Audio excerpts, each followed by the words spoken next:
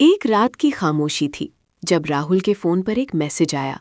Screen पर नाम चमका, स्नेहा। ये सिर्फ एक नाम नहीं था, बल्कि एक ऐसी दुनिया का दरवाज़ा था जो उसकी शादीशुदा जिंदगी की दीवारों के पीछे पनप रही थी। मुंबई की रात की धीमी धड़कनों में, उसके बेडरूम की उदास रोशनी में राहुल की दुनिया हिल गई थी। उसकी पत्नी प्रिया बगल में गहरी नींद में थी, इस बात से बेखबर कि उसके पति के दिल में एक तूफान उठ रहा था। एक तूफान जो स्नेहा नाम के 3 अक्षरों से शुरू हुआ था। ये सिर्फ एक मैसेज नहीं, एक चुनौती थी। एक ऐसी पुकार जो उसके जीवन के हर पहलू पर सवाल उठा रही थी। आप सभी श्रोताओं का हमारे चैनल पर हार्दिक स्वागत है। आज हम आपके लिए लेकर आए हैं एक ऐसी कहानी जो प्यार, कर्तव्य और दिल के अनछुए कोनों को टटोलती है। इस कहानी के हर शब्द को महसूस करने के लिए हम आपसे अनुरोध करते हैं कि हेडफोन का उपयोग करें और हमारे चैनल को सब्सक्राइब करना ना भूलें, ताकि आप ऐसी और भी मार्मिक कहानियों से जुड़े रहें।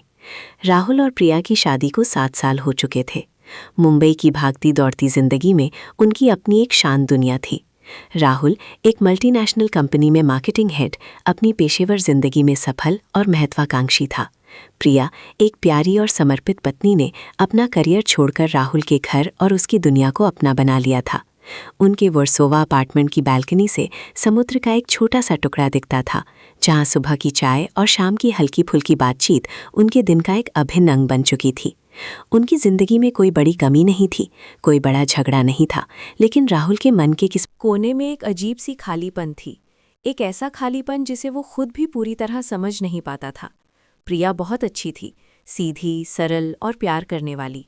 वो राहुल के हर छोटे बड़े ख्वाब का हिस्सा थी, उसकी हर जीत में खुश और हर हार में सहारा थी। लेकिन राहुल को कभी कभी लगता था कि उनके बीच की चिंगारी, जो कभी उनके रिश्ते को रोशन करती थी, अब एक धीमी लौ बन चुकी थी, बस जल रही थी, चमक नहीं रही थी। फिर एक दिन उनके ऑफिस में एक नए प्रोजेक्ट पर काम शुरू हुआ। ये कोलैबोरेशन था बेंगलोर की एक बड़ी टेक फर्म के साथ। इसी प्रोजेक्ट के लिए स्नेहा मुंबई आई। स्नेहा बेंगलोर की टीम की प्रोजेक्ट हेड थी, तेज, बुद्धिमान, आधुनिक और अपने काम में माहिर। पहली मीटिंग में ही राहुल स्नेहा की स्पष्टवादिता और उसकी सूक्ष्म हास्य से प्रभावित हो गया। वो एक ऐसी महिला थी जो न केवल अपने विचारों को जोरदार तरीके से व्यक्त करती थी, बल्कि दूसरों की बातों को भी उतनी ही गहराई से सुनती थी। उनकी पेशेवर बातचीत जल्द ही व्यक्तिगत हो गई। लंच ब्रेक में, कॉफ़ी के दौरान और कभी-कभी देर शाम तक वे काम से हटकर साहित्य, कला, यात्रा और जीवन के दर्शन पर बातें करने लगे। राहुल ने महसूस किया कि स्नेहा के साथ बात करते हुए वो खुद को पहले से ज़्यादा खुला और सहज महसूस कर रहा था। स्नेहा ने उसमें एक ऐसे राहुल को जगाया था जिसे वो खुद भी भूल चुका था।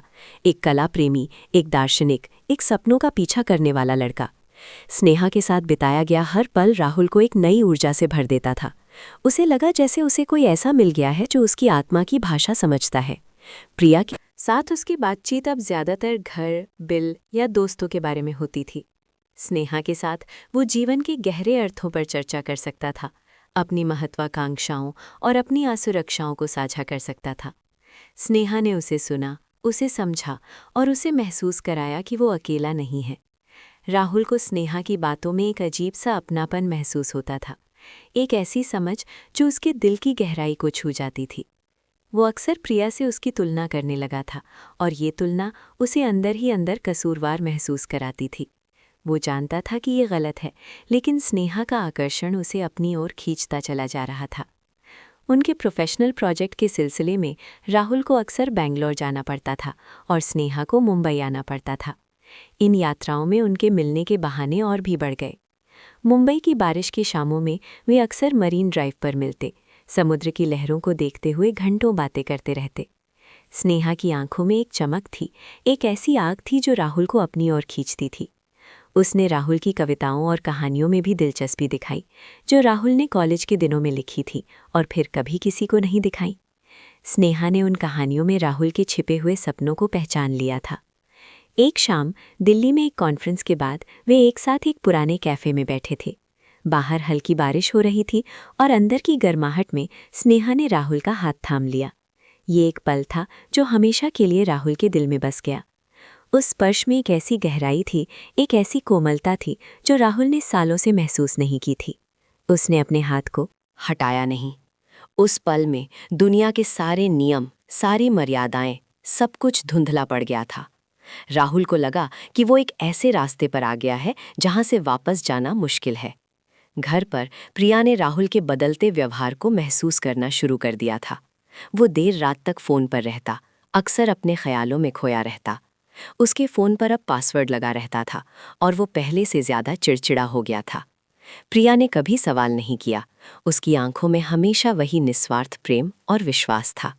उसकी खामोश नज़रें राहुल को अंदर ही अंदर कचोटती थीं। उसे प्रिया की मासूमियत और उसके अटूट विश्वास पर शर्म आती थी।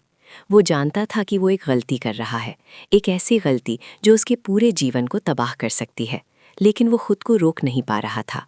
स्नेहा के साथ उसकी दोस्ती अब एक गहरी भावनात्मक लत में बदल चुकी थी। एक दिन प्रिया ने राहुल से पूछा, क्या सब ठीक है राहुल? तुम आजकल कुछ बदले बदले से लगते हो। राहुल ने तुरंत जवाब दिया, हाँ प्रिया, बस काम का बहुत दबाव है। प्रिया ने सिर हिला दिया, लेकिन उसकी आंखों में एक अनकही चिंता थी। राहुल को लगा कि उसने प्रिया को धोखा दिया है, सिर्फ अपने शरीर से नहीं, बल्कि अपनी आत्मा से। वो जानता था कि प्रिया ने अपनी पूरी जिंदगी उसके नाम कर दी थी और वो उसे इस तरह से धोखा नहीं दे सकता था। लेकिन स्नेहा की तरफ का खिंचाव इतना प्रबल था कि वो खुद को रोक नहीं पा रहा था। स्नेहा राहुल की हर छोटी बात पर ध्यान देती थी, उसकी हर परेशानी को सुनती थी और उसे ऐसा महसूस कराती थी जैसे वो दुनिया का सबसे महत्वपूर्ण व्यक्ति हो। ये एहसास राहुल को प्रिया के साथ अपनी जिंदगी में नहीं मिल रहा था, या शायद उसने इसे कभी खोजने की कोशिश ही नहीं की थी। एक हफ्ते बाद स्नेहा का बेंगलोर वापस जाने का समय आ गया था। उसने राहुल को बताया कि उसे एक नए प्रोजेक्ट पर काम करने के लिए सिंगापुर जाना पड़ सकता है और ये शायद उनके लिए आखिरी मुलाकात हो सकती है। राहुल का दिल बैठ गया। उसे लगा कि वो अपनी ज़िंदगी का सबसे महत्वपूर्ण हिस्सा खोने वाला है। उस शाम वे एक बार फिर मरीन ड्राइव पर मिले। सूर्यास्त का नारंगी रंग समुद्र पर फैल रहा था और हवा में एक अजीब सी उदासी थी। स्नेहा ने राहुल की आंखों में देखा और कहा, राहुल, मैं तुम्हें खोना नहीं चाहती। मुझे नहीं पता कि आगे क्या होगा, लेकिन मैं तुम्हें प्यार करती हूँ। ये पहली बार था जब स्नेहा ने अपने प्यार का इजहार किया था। राहुल अवाक रह गया। उसके दिल में एक साथ कई भावनाएं उमड़ पड़ी, खुशी, डर, अपराध बोध और एक अजीब सी बेचैनी। वो स्नेहा को गले लगाना चाहता था, उसे कसकर पकड़ना चाहता था और उसे कभी जाने नहीं देना चाहता था। लेकिन उसे प्रिया का चेहरा याद आया, उसकी मासूमियत, उसका प्यार। राहुल ने स्नेहा का हाथ थाम लिया और उसकी आंखों में देखा। उसके पास कहने के लिए कुछ नहीं था, बस एक खामोशी थी जो सब कुछ कह रही थी। स्नेहा समझ गई। उसने राहुल को हल्का सा मुस्कुराया और कहा, सोच लेना राहुल, तुम्हें पता है कि मैं इंतज़ार करूंगी। उसी रात जब राहुल अपने बेडरूम में लौटा तो प्रिया गहरी नींद में थी। उसकी सांसें धीमी और नियमित थीं।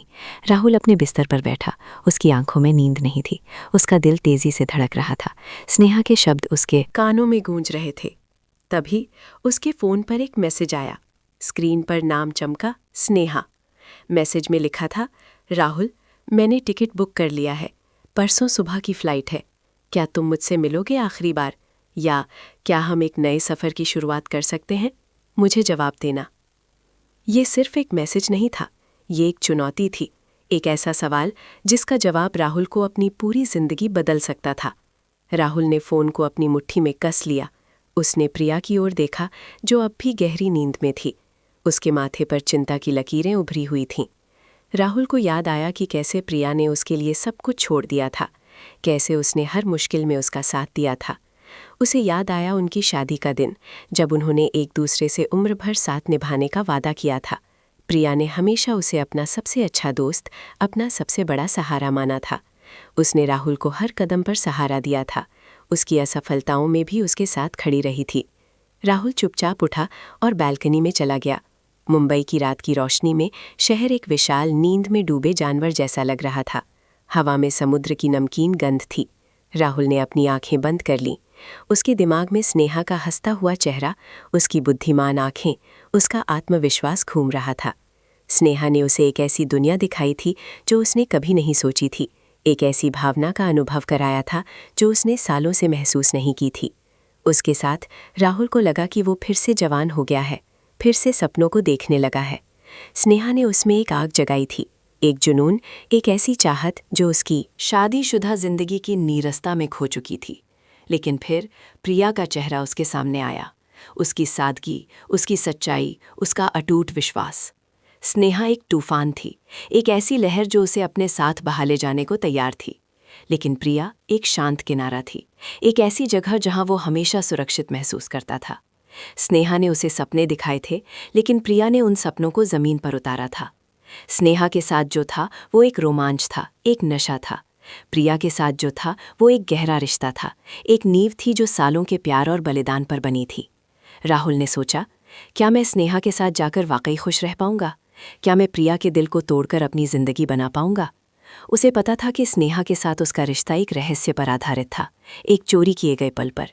लेकिन प्रिया के साथ उसका रिश्ता खुला और ईमानदार था, भले ही उसमें अब पहले जैसी चमक ना रही हो। राहुल ने महसूस किया कि उसने स्नेहा में जो कुछ भी देखा था वो शायद उसके अपने भीतर की कमी थी, एक ऐसी कमी जिसे उसने प्रिया के साथ सुलझाने की कोशिश ही नहीं की थी। उसने अपने रिश्ते को पोषण देना बंद कर दिया था, और जब स्नेहा आई तो उसने उस खालीपन को भरने की कोशिश की। उसके मन में एक अजीब सी शांति छा गई। ये शांति दर्द भरी थी, लेकिन स्पष्ट थी। उसने निर्णय ले लिया था। उसने अपना फ़ोन उठाया और स्नेहा को एक लंबा मैसेज लिखना शुरू किया।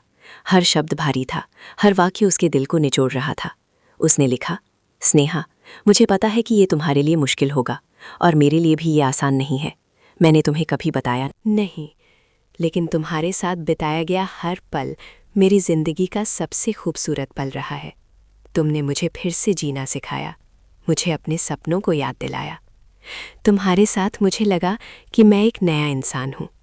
मैं तुमसे प्यार करता हूँ स्नेहा, ये कहने में मुझे कोई झिझक नहीं है। लेकिन मैंने आज रात बहुत सोचा। मैंने प्रिया को देखा, जो मेरे बगल में सो रही थी, और मुझे एहसास हुआ कि हमारी शादी सिर्फ प्यार और रोमांस से कहीं ज़्यादा है। ये एक विश्वास है, एक जिम्मेदारी है, एक जीवन भर का वादा है। प्रिया ने मेरे लिए सब कुछ छोड़ दिया। उसने हर सुख दुख में मेरा साथ दिया।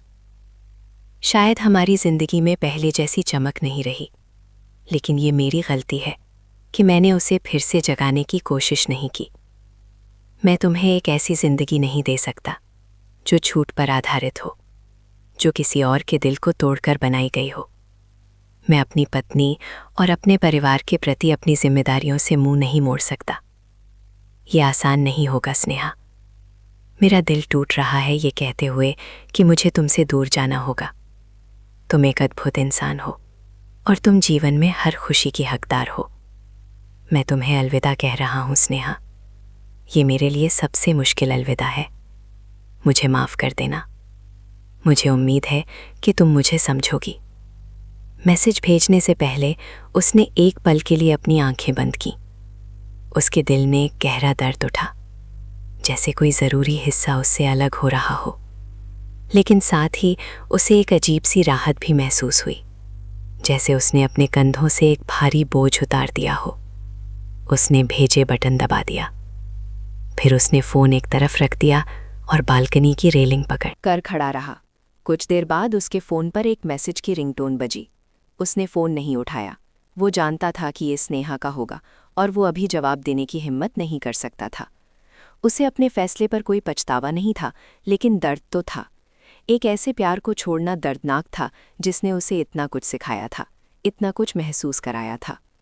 सुबह जब राहुल उठा तो प्रिया उसके लिए चाय बना रही थी। उसने राहुल को मुस्कुराते हुए कहा, आज तुम्हारी पसंदीदा अदरक वाली चाय बनाई है। राहुल ने प्रिया को देखा। उसकी आंखों में वही सादगी और प्यार था। उसे लगा जैसे उसने एक लंबी भयानक रात के बाद एक नया सवेरा देखा हो। उसने प्रिया के पास जाकर उसे गले लगा लिया।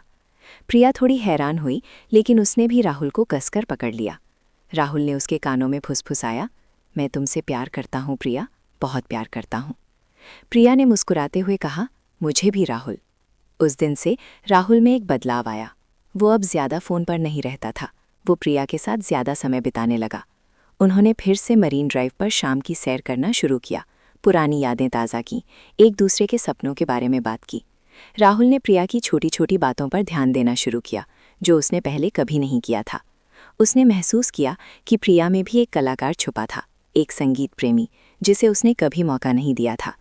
उसने उसे फिर से गिटार बजाने के लिए प्रोत्साहित किया, जो उसने शादी के बाद छोड़ दिया था। राहुल के दिल में स्नेहा की याद हमेशा एक मीठे दर्द की तरह बनी रही।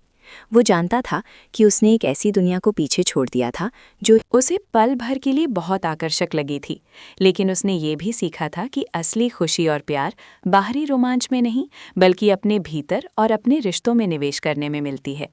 उसने प्रिया के साथ अपने रिश्ते को फिर से जगाने का फैसला किया था, उसे नई ऊर्जा और प्यार से भरने का फैसला किया था।